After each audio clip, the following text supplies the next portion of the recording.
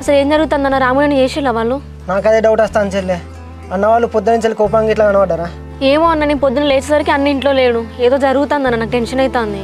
ఏమో చెల్లె, నువ్వేం టెన్షన్ పడకు. నేను అన్వేష్ బాబు నువ్వు సందీప్ అని కలిసి మాట్లాడతా. వాళ్ళకి నిజం తెలిసిందన్న, రాముడు బతకనేరన్నయ్యగా. వాళ్ళ గురించి తెలిసి నువ్వు ఎందుకు చెప్పినావు అన్న?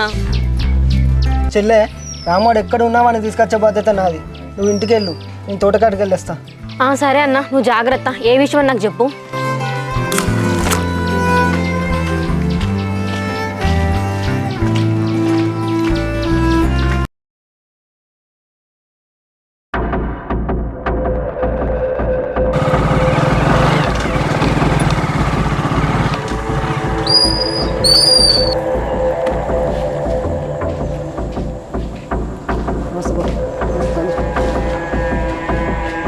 సురేష్, ఇవాళ మస్తు హ్యాపీగా ఉన్నాం. బామ్మర్ది, మీరు ఇద్దరు పోయి వైన్స్కి పోయి కేసు